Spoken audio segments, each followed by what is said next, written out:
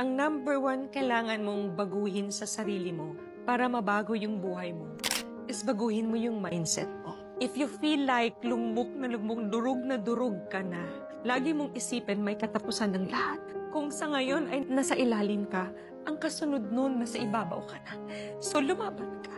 Lagi mong sabihin sa sarili mo na, kaya ko to, lalaban ako para sa sarili ko.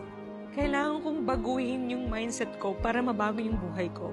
Ang next mong isipin is yung mga positive na pwedeng mangyari sa'yo instead of dwelling on the pain, dwelling sa nangyari na hindi maganda.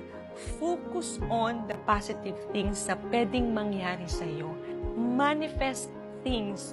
If you like to have a great relationship, a great partner, pray about it, manifest it, and it is done. Huwag mong isipin na hindi mangyayari yun.